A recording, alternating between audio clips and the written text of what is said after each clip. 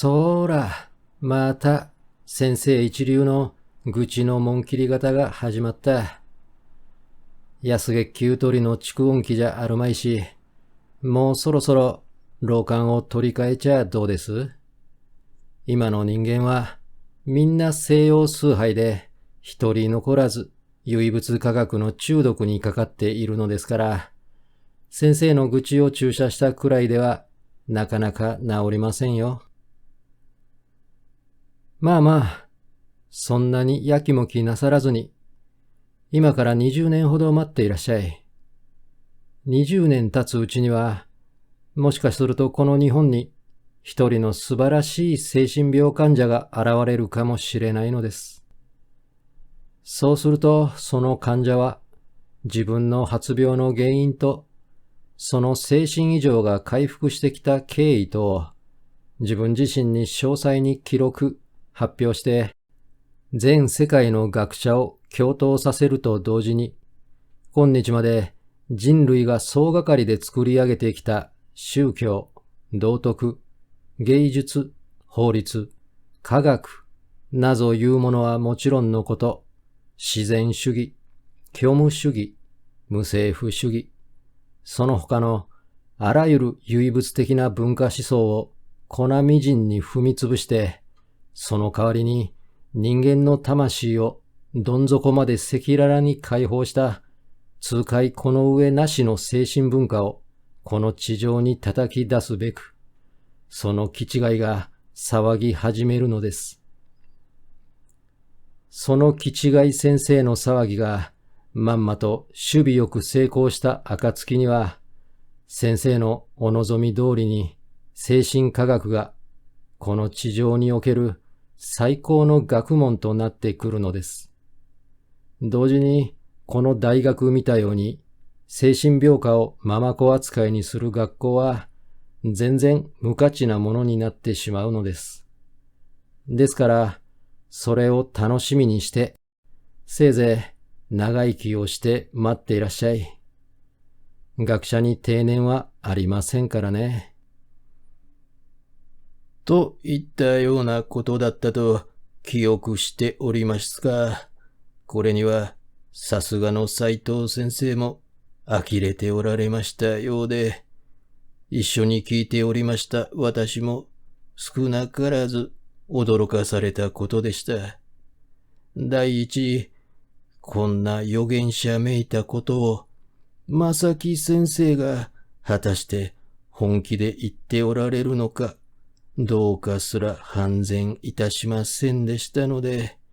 正木先生がこの時すでに自分自身でそのような精神描写を作り出して、学会を驚かそうと計画しておられた。なぞいうようなことが、その時代にどうして想像できましょう。のみならず、正木先生がかような突拍子もないことを言って、人を驚かされることは、その頃から決して珍しいことではありませんでしたので、斉藤先生も私も、このことについては、格別に不審を起こしたこともなく、深く突っ込んで質問したことなどもありませんでした。ところが、間もなく、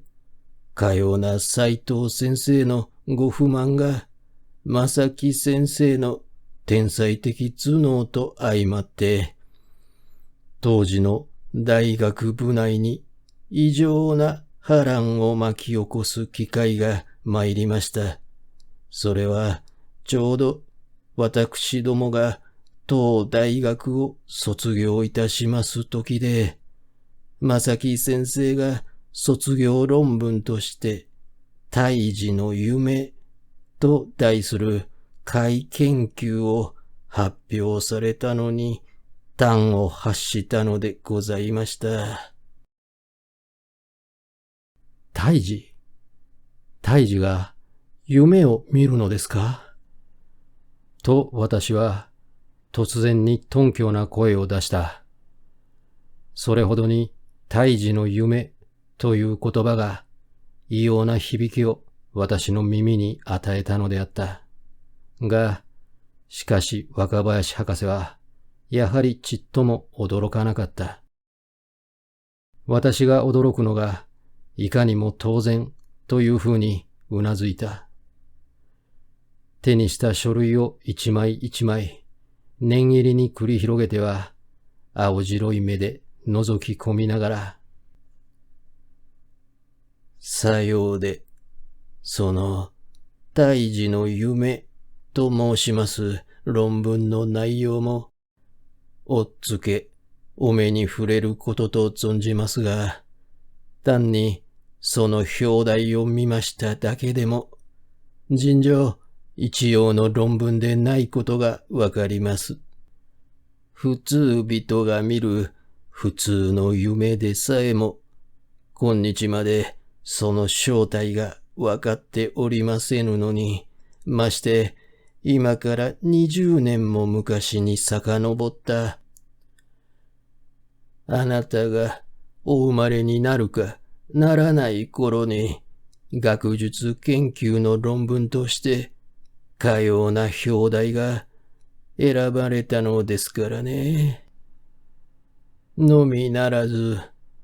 正木先生の頭脳が尋常でないことはかねてから定評がありましたので、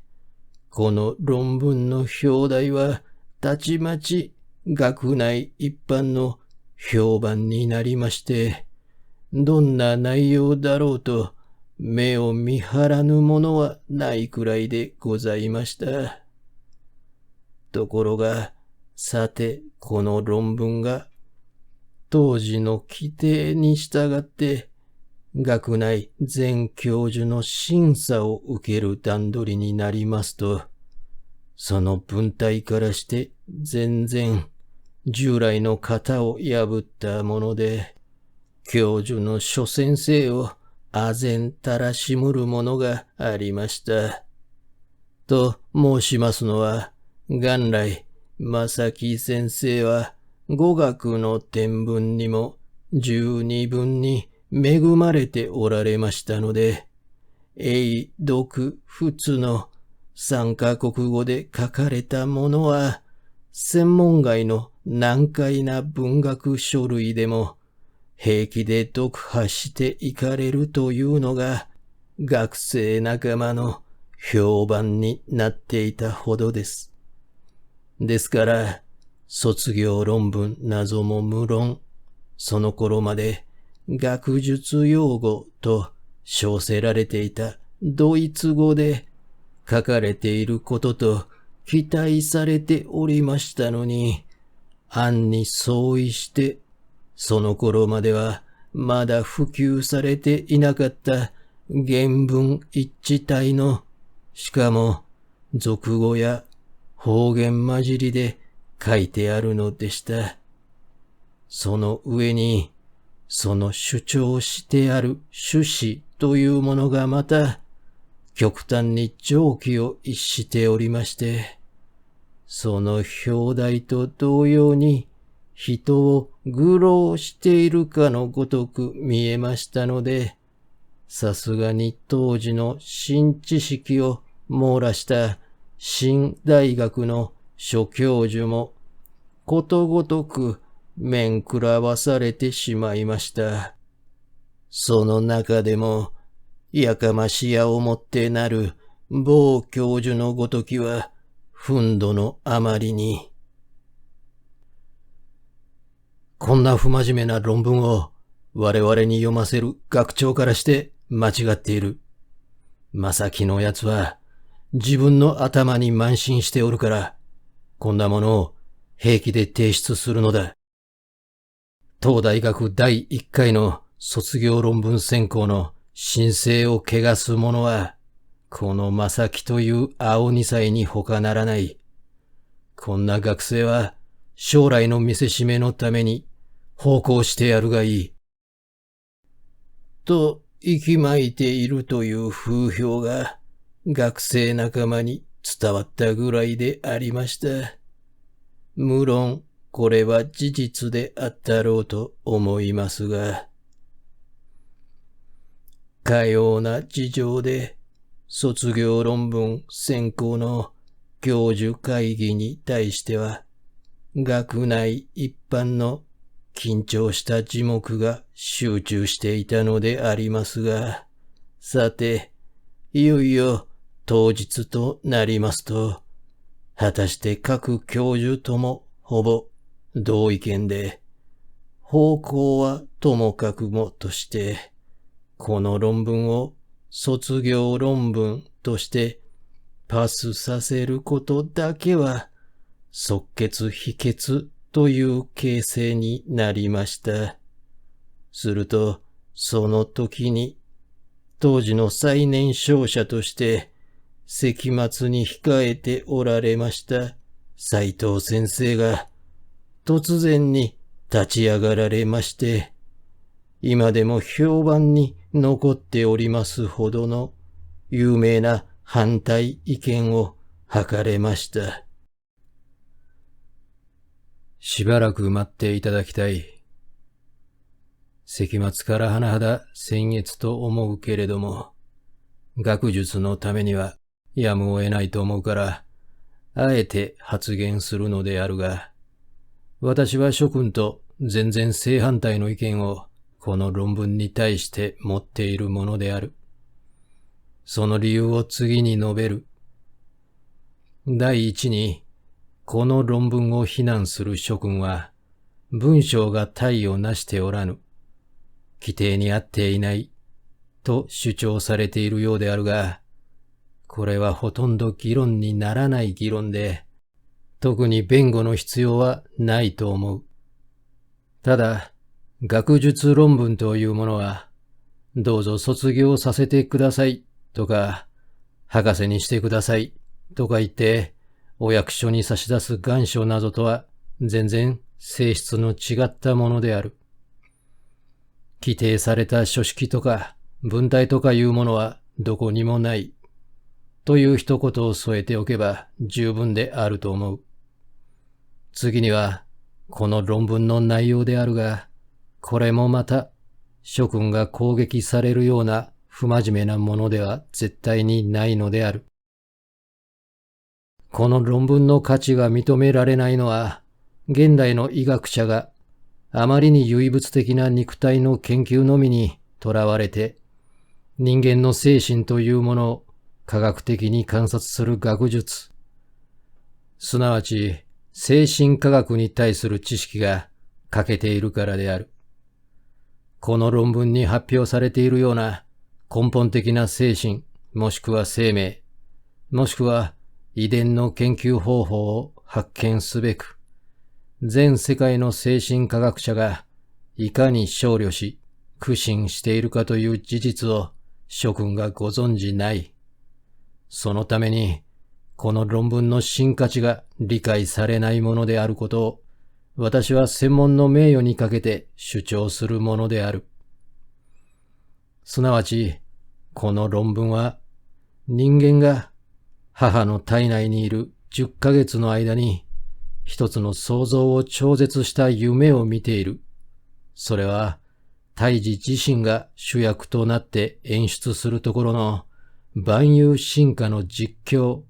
とも題すべき数億年ないし数十億年の長時間にわたる連続活動写真のようなもので、すでに化石となっている有史以前の異様機械を極めた動植物や、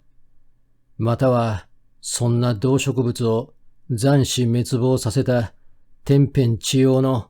形容を絶する遺憾、壮観までも一部一理たがわぬ実感をもってさながらに描き表すのみならず、引き続いてはその天変地異の中から生み出された原始人類、すなわち胎児自身の遠い先祖たちから現在の両親に至るまでの代々の人間が、その深刻な生存競争のためにどのような悪行を積み重ねてきたか、どんなに残忍非道な所業を繰り返しつつ他人の耳目をくらましてきたか、そうしてそのような因果に因果を重ねた心理状態をどんな風にして胎児自身に遺伝してきたかというような事実を胎児自身の直接の主観として詳細、明白に描き表すところの境外と戦慄とを極めた大悪夢であることが人間の肉体及び精神の解剖的観察によって直接間接に推定され得ると主張している。ただし、それは胎児自身が記録した事実でもなければ、大人の記録に残っていることでもないので、いわば一つの推測に過ぎない。だから、学術上の価値は認められない。卒業論文としての点数もゼロである。ということに、諸君のご意見は一致しているようである。これは一応、ごもっとも旋盤のように聞こえるが、しかし、私は失礼ながら、ここで一つ諸君にお尋ねしたいことがある。それは、諸君が中学時代において、必ず一度は目を通されたであろう、世界歴史というものを諸君はどう思って読んでこられたかということである。そもそも世界歴史というものは人類生活の過去に属する部分の記録で、これを個人にとってみると、自分自身の過去の経歴に関する記憶と同様のものである。くらいのことは今更諸君の前で説明するさえ失礼なくらいに分かりきったことであろう。いやしくも過去を持たない人間でない限り否定し得ないところであろう。ところで、もしそうとすれば、その歴史的の記録が残っていない、いわゆる有史以前の人類が、その宗教に、その芸術に、その社会組織に、いかなる夢を描き表しておったか。いかなる夢を見つつ、自分たちの歴史を記録し得るまでに進化してきたかということを、現在の世界に残っている各種の遺跡に照らし合わせて推測するところの学術、例えば文化人類学、戦史考古学、原始考古学などいう学問は学術上無価値のものと言えようか。科学的の研究でないと言えようか。いわんや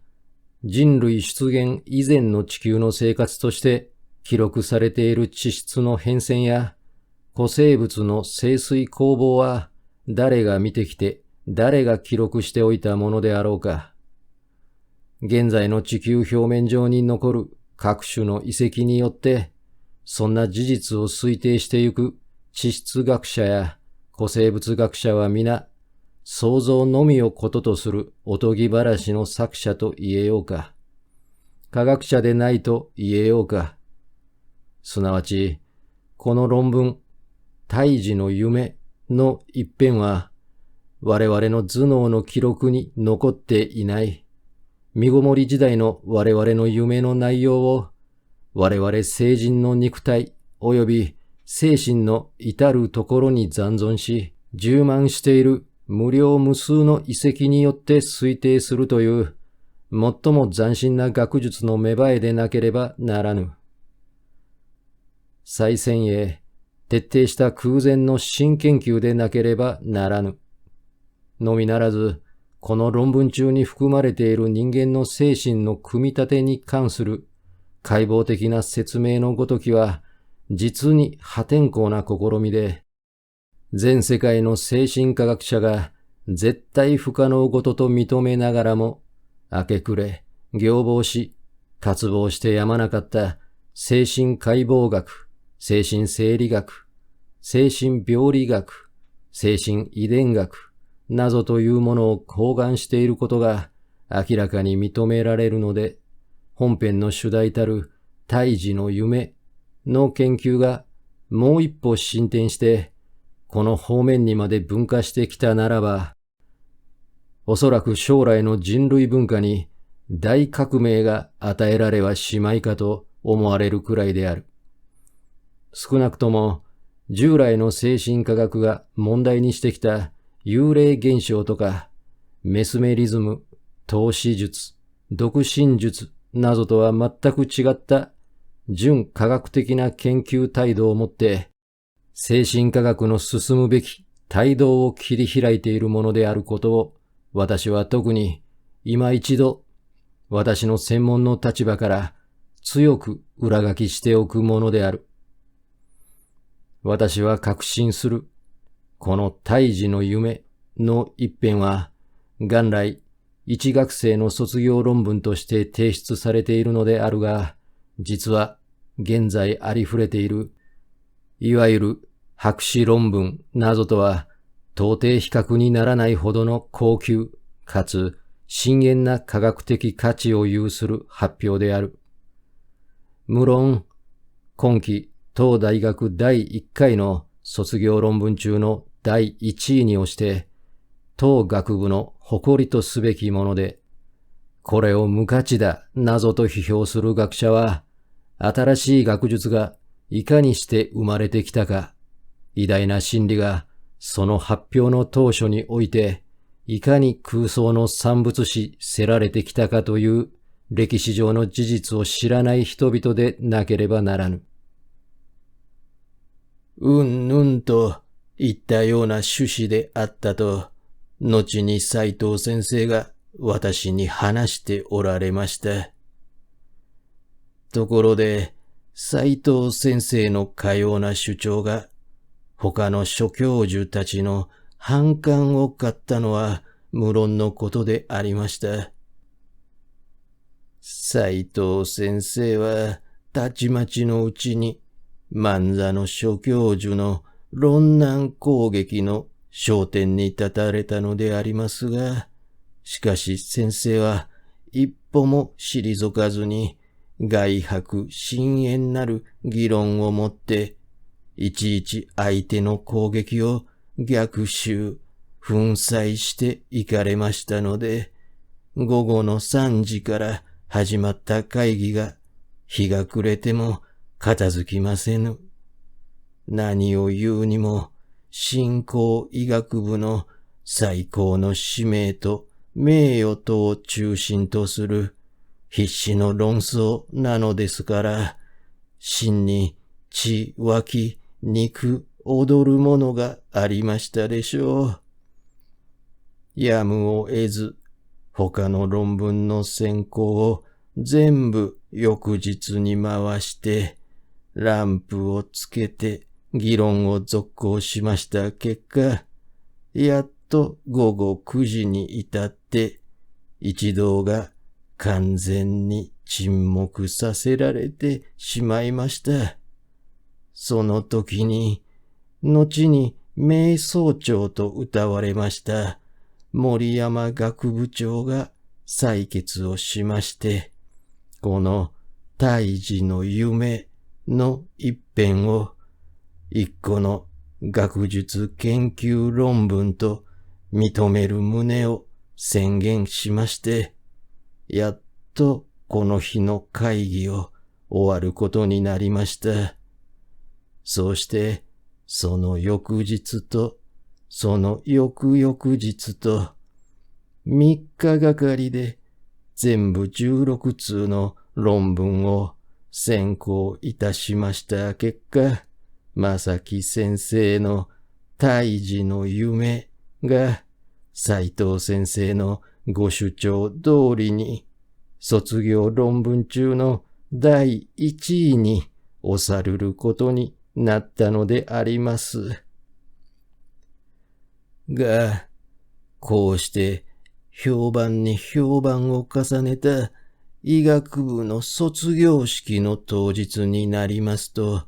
意外にも恩師の金時計を排除すべき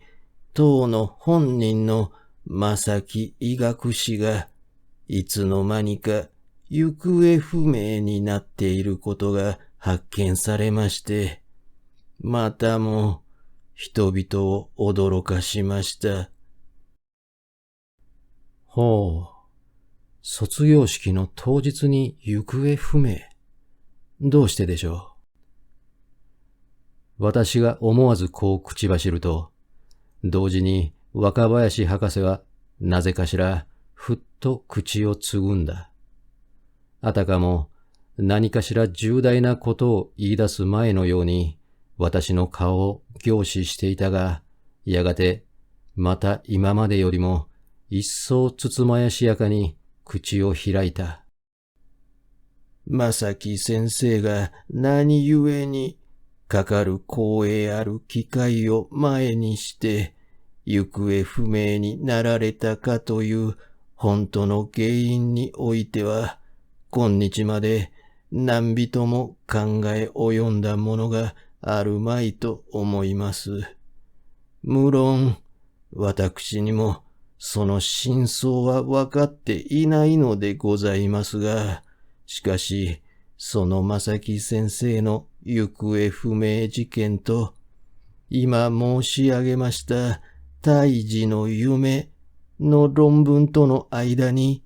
何らかの因果関係が潜んでいるらしい推測が可能であることは疑いを入れないようであります。還元いたしますれば、正木先生はご自分の書かれた卒業論文、胎児の夢の主人公に脅かされて行方をくらまされたものではないかと考えられるのでございます。胎児の夢の主人公？胎児に脅かされて？なんだか僕にはよくわかりませんが。いや、今のうちははっきりとお分かりにならぬ方がよろしいと思いますが。と、若林博士は私をなだめるように椅子の中から右手を上げた。そうして例の異様な微笑を左の目の下に引きつらせながら、依然として謹厳な口調で言葉を続けた。今のうちはお分かりにならぬ方がよろしいと思います。こう申し上げては失礼ですが、いずれあなたがご自身の過去の記憶を残りなく回復されました暁には、その胎児の夢と題する恐怖映画の主人公が何人であるかというような裏面の消息を明らかにお察しになることと存じますから、その時のご参考のために、特にこの際ご注意を促しておきます次第でございます。ところで、さて、その当学部第1回の卒業式が、正木先生のご欠席のままで終了いたしますと、その翌日になって森山学部長の手元に正木先生からの書信が参りましたが、その中にはかような意味の抱負が述べてありましたそうです。自分は胎児の夢の一編を理解してくれる人間が現代の科学界に存在していようとは思わなかった。おそらくそんな人間は一人もいないであろうことを確信しつつ、落第を覚悟して提出したものであったが、意外千万にもそれが学部長閣下と斉藤先生に推薦されたということを聞いて、長短これを久しゅうした。あの論文の価値がこんなにやすやすと看破されるようでは、まだまだ私の研究が浅薄であったに違いない。こんなことでは、我が福岡大学の名誉を普及に伝えることはできないと思った。私は閣下と斎藤先生に合わせる面目がないから姿を隠す。恩寵の時計はご迷惑ながら、当分お手元にご保管願いたい。この次にはきっと何人にも理解されないほどの大研究を遂げて、このご恩報辞をするつもりであるから。うんぬんというのでした。森山学部長は、この手紙を斉藤先生に見せて、どこまでも人を食った男だと言って大笑いをされたということですが、ところで正木先生は、それから丸8年の間、欧州各地を巡遊して、欧、徳、仏、3カ国の名誉ある学位を取られたのですが、そのうちに大正4年になってこっそりと記帳されますと、今度は宿を定めずに兵糧生活を始められました。全国各地の精神病院を訪問したり、各地方の精神病者の血統に関する伝記、伝説、記録、系図などを探って研究材料を集められる傍ら、気違い地獄下道祭文と題する小冊子を一般民衆に配布して回られたのです。気違い地獄、下道祭文。それはどんなことが書いてあるのですか？その内容は、ただいまお目にかけますが、やはり前の大事の夢と同様、未だかつて発表されたことのない恐ろしい事実が書いてあるのでございます。続めて申しますと、その細文の中には、前にもちょっと申しました。現代社会における精神病者虐待の実情と、監獄以上に恐ろしい精神病院のインチキ治療の内幕が暴露してありますので、言葉を変えて申しますれば、現代文化の裏面に横たわる戦慄すべき狂人の暗黒時代の内容を俗用化した一種の憲白書、もしくは宣言書とでも申しましょうか。正木先生はこれを政府当局、その他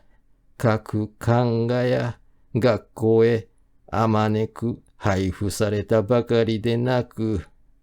自分自身で木魚を叩いて、その細文化を歌いながら、その細文化を印刷したパンフレットを民衆に頒布して回られたのです。自分自身で木魚を叩いて？さようさよう。随分常軌を逸したお話ですが、しかし、正木先生にとっては、それが極めて真剣なお仕事だったらしいのです。のみならず、正木先生のそうしたご事業については、恩師の斉藤先生も影に日向に正木先生と連絡を取って、ご自分の地位と名誉を投げ出す覚悟で声援をしておられた形跡があります。しかし、遺憾ながら、その細文化の内容があまりに露骨な事実の摘発で、考えようによっては非常識なものに見えましたためか、真剣になって共鳴するものがなかったらしく、とうとう世間から黙殺されてしまいましたのは、返す返すもお気の毒な次第でございました。もっとも、その細文化の中に摘発してあります精神病院の精神病者に対する虐待の事実などが一般社会に重大視されることになりますと、現代の精神病院は一つ残らず破棄されて、世界中に精神異常者の氾濫が起こるかもしれない事実が想像され得るのでありますが、しかし、正木先生は、さような結果などは少しも問題にしてはおられなかったようで、ただ、将来ご自分の手で解説されるであろう、強靭解放治療の実験に対する準備事業の一つとして、かような宣伝をされたものと考えられるのでございます。それじゃあ、やっぱり、と言いさした私は、思わずドキンとして、座り直さずにはおられなかった。そうして、唾を飲み込み、つぶやいた。それじゃあ、やっぱり、僕を実験にかける準備。さよう。と、若林博士は、猶予もなく引き取ってうなずいた。前にも申しました通り、正木先生の頭脳は、我々の計り知り得る範囲を、はるかに超越しているのでありますが、しかし、正木博士のそうした突飛な大げさな行動の中に、解放治療の解説に関する何らかの準備的な極真が含まれていることは否まれない事実と考えられます。これからお話しいたします正木先生の変幻出没的なご行動の一つ一つにも皆そうした意味が含まれておりますようで、言葉を変えて申しますと、正木先生の後半のご生涯は、その一挙手一投足までも、あなたを中心として動いておられたものとしか考えられないのでございます。若林博士は、こんな風に言い回しつつ、その青冷たい、力ない視線を、ふっと私の顔に向けた。そうして、私がもう一度座り直さずにはおられなくなるまで、私の顔を凝視していたが、そのうちに私が身動きはおろか、返事の言葉すら出なくなっている様子を見ると、また、気を変えるようにハンカチを取り出して、小さな咳払いをしつつ、すらすらと話を進めた。しかるに、去る大正13年の3月の末のことでございます。忘れもしませぬ26日の午後1時頃のことでした。卒業されてから18年の長い間、全く消息を絶っておられた正木先生が、思いがけなく当大学法医学部の私の部屋をノックされましたのには、さすがの私もびっくりいたしました。まるで幽霊にでも出会ったような気持ちで、何はともあれ無事を祝し合ったわけでしたが、それにしてもどうしてこんなに突然に帰ってこられたのかとお尋ねいたしますと、正木先生は昔に変わらぬ来楽な態度で頭をかきかきこんなお話をされました。いや、そのことだよ。実は面目ない話だがね。2、3週間前に門司駅の改札口で今まで持っていた金革時計をすりにしてやられてしまったのだ。モバド会社の特製で時価1000円くらいのものだったが、惜しいことをしたよ。そこでひょいっと思い出して、18年前にお預けにしておいた銀時計がもしあるならばと思って、もらいに来たわけだがね。ところで、そのついでに、何か一つ諸君をあっと言わせるような手土産をと思ったが、格別芳しいものも思い当たらないので、そのまま門司の伊勢源旅館の2階に滞在して、つまらない論文見たようなものを全速力で書き上げてきた。そこで、まずこれを新総長にお目にかけようと思って、斉藤先生に紹介してもらいに行ったら、それはこっちから紹介してもいいが、役目柄、学部長の若林くんの手を経て提出した方がよかろうと言われたから、こっちへ担ぎ込んできたわけだ。面倒だろうが、どうか一つよろしく頼む。というお話です。そこで申すまでもなく保管してありました時計は、すぐに加付されることになりましたが、その時に正木博士が提出されました論文こそ、ダーウィンの種の起源やアインシュタインの相対性原理と同様、いや、それ以上に世界の学会を侵害させるであろうと、斉藤先生が予言されました脳髄論であったのです。脳髄論？さよう。脳髄論と名付くる3万字ばかりの論文でしたが、その内容は最前お話しいたしました胎児の夢とは正反対に厳粛、操縦を極めたもので、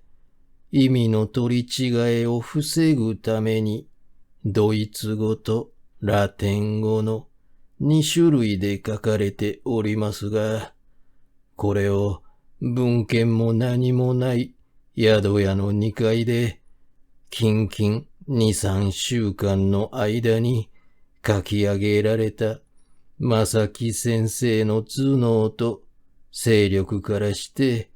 すでに非凡以上と申さねばなりますまい。しかも、正木先生は、この論文によって、今日まで何人も説明し得ず、立証も実験もし得なかった脳髄の不可思議な機能を鏡にかけて見るように明白にされたのです。そうして、同時に今日まで精神病学会の疑問とされておった幾多の機械現象を極めて簡明直裁に説明してしまわれたのです。ですから、専門の関係上、この論文を一番最初に見られた斉藤先生は、無論非常に驚かれまして、それから約1年ばかりの間、寝食を忘れてこの論文を研究されたのですが、やっと昨年、大正14年の2月の末に一通りの審査、考究を終えられますと、その翌日の早朝に、現松原総長を自宅に訪問されまして、私は今日限り、九大精神病科の教授の椅子を引退しまして、後任に正木君を推薦いたしたいと思います。もし他の大学に同君を取られるようなことがありますと、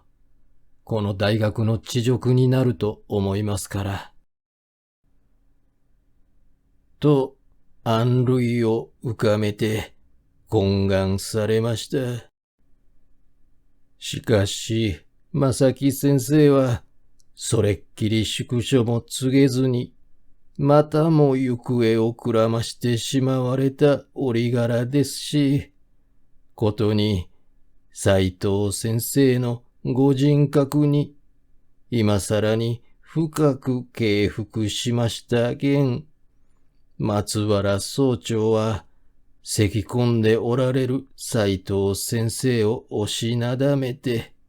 留任を希望する一方に、この論文を学位論文として、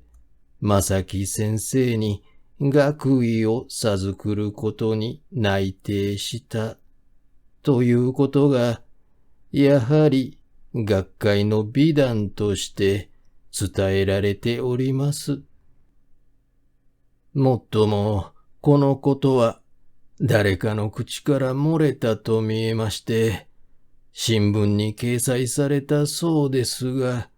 私はついうっかりして、その記事を見ませんでしたけれども。若林博士は、ここまで物語ってくると、その時の思い出に打たれたらしく、いかにも感動したようにひっそりと目を閉じた。私も警母の念に満たされつつ、斉藤博士の肖像を仰いだが、そう思ってみたせいか、神様のような気高い姿に見えたので、思わず軽いため息をさせられながらつぶやいた。それじゃあ、この斉藤先生は、正木先生に後を譲るためにお亡くなりになったようなものですね。若林博士は、こういった私の質問が耳に入ると、一層深く感動したらしく、目を閉じたままの眉の間のシワが一層深くなった。そうして今にも咳が飛び出しそうな長い太いため息をついたが、やがて静かに目を開くと、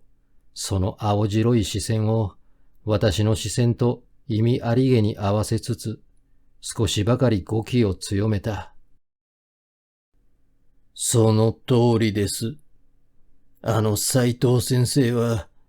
正木先生が学位を受けられてから間もない昨年、大正14年の10月19日に突然に亡くなられたのです。しかも、変死をされたのです。変死？と、私はうつろな声を出した。話の模様があんまり突飛に変化したのに面食らいながら、若林博士の青白い顔と、額縁の中の斉藤博士の微笑と変わる変わる見比べた。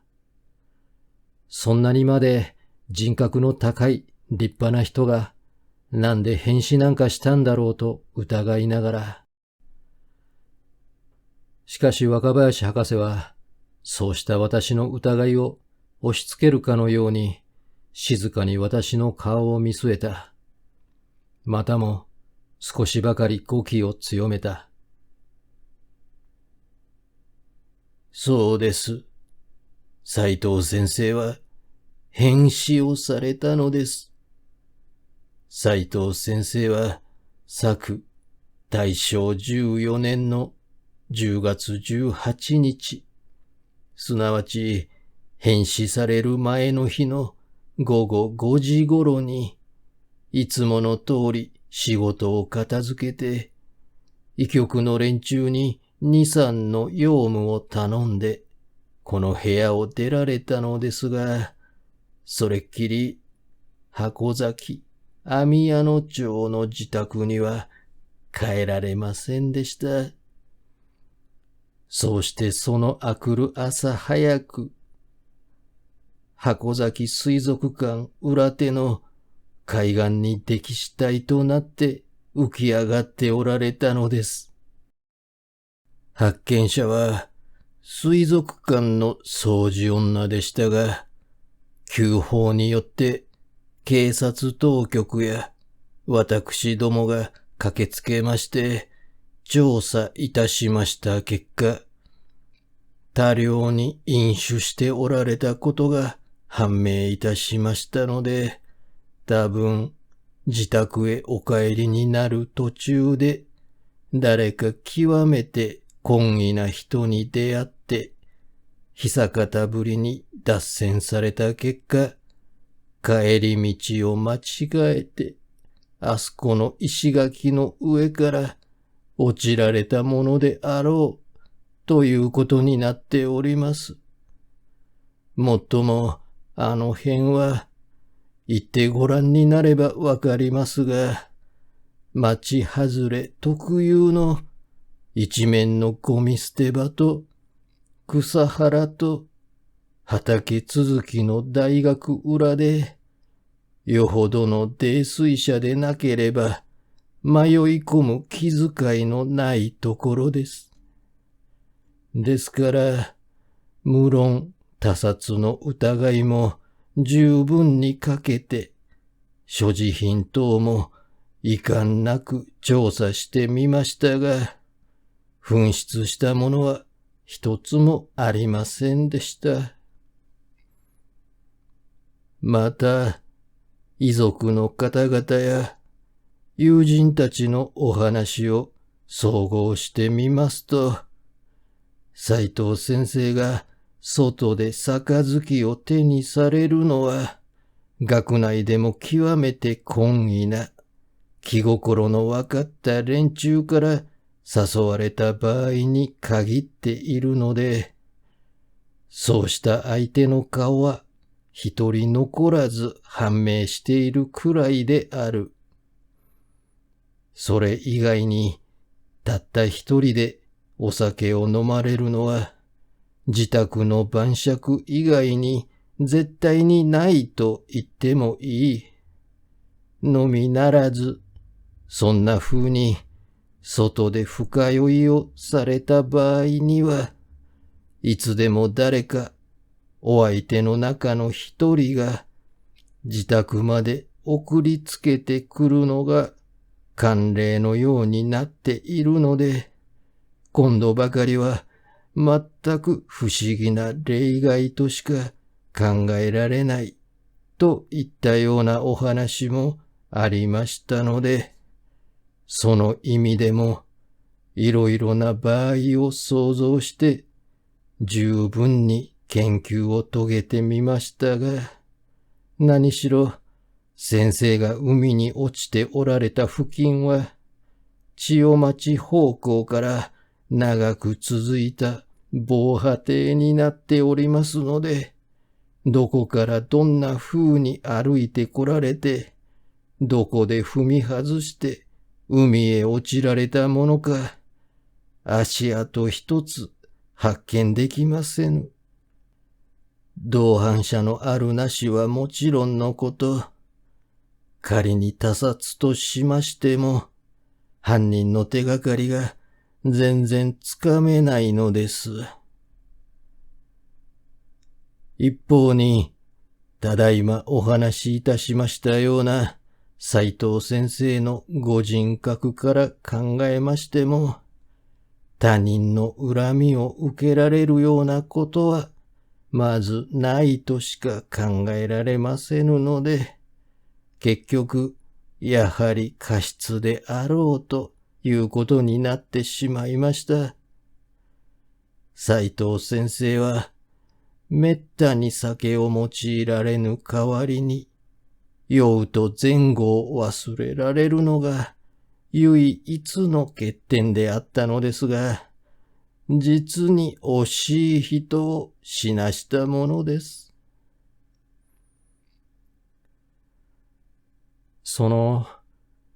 一緒にお酒を飲んだ人は、まだわからないのですか？さよう。未だに判明いたしませぬが、これはよほどデリケートな良心を持った人でなければ、名乗って出られますまい。でも、名乗って出ないと、一生涯、息苦しい思いをしなければならないでしょう。近頃の人たちの常識から申しますと、そんなにまで良心的に物事を考える必要がないらしいのです。たとえ名乗って出たにしたところが、斉藤先生が墓の下から蘇生して来られるわけではなし、ただ自分一人が不愉快なお命のもとに何かの制裁を受けるだけのことに過ぎないのだから、結局、社会の損害を増す意味になる、といったような考え方をしているのじゃないでしょうか。いいな。むしろ今頃は、もうとっくの昔に忘れてしまっているかもしれないのですが、でも、卑怯じゃないですか、それは。申すまでもないことです。第一、忘れられることでしょうか、そんなことが。さあ、そのような問題は、故正木先生のいわゆる記憶と良心の関係に属する面白い研究事項ではないかと考えられるのですが。それでは、斉藤先生の死は、それだけの意味でおしまいになったのですね。さよう、それだけの意味で終わったのです。誠にあっけないものであったのですが、しかし、その結果から申しますと、誠に大きな意味を含むことになったのです。すなわち、斉藤先生の死は、やがて正木先生が、当九大精神病科の仕事を担任されて、この椅子に座られる直接の因縁となり、さらにあなたとあの6号室の令嬢とをこの教室に結びつける間接の因縁ともなったのです。さよう、ここでは仮に因縁と申しておきましょう。しかし、この因縁が果たして人為のものか、それとも天意にいでたものであるかは、やはりあなたがご自身の過去のご記憶を回復されました後でないと、確定的な推測ができませぬので、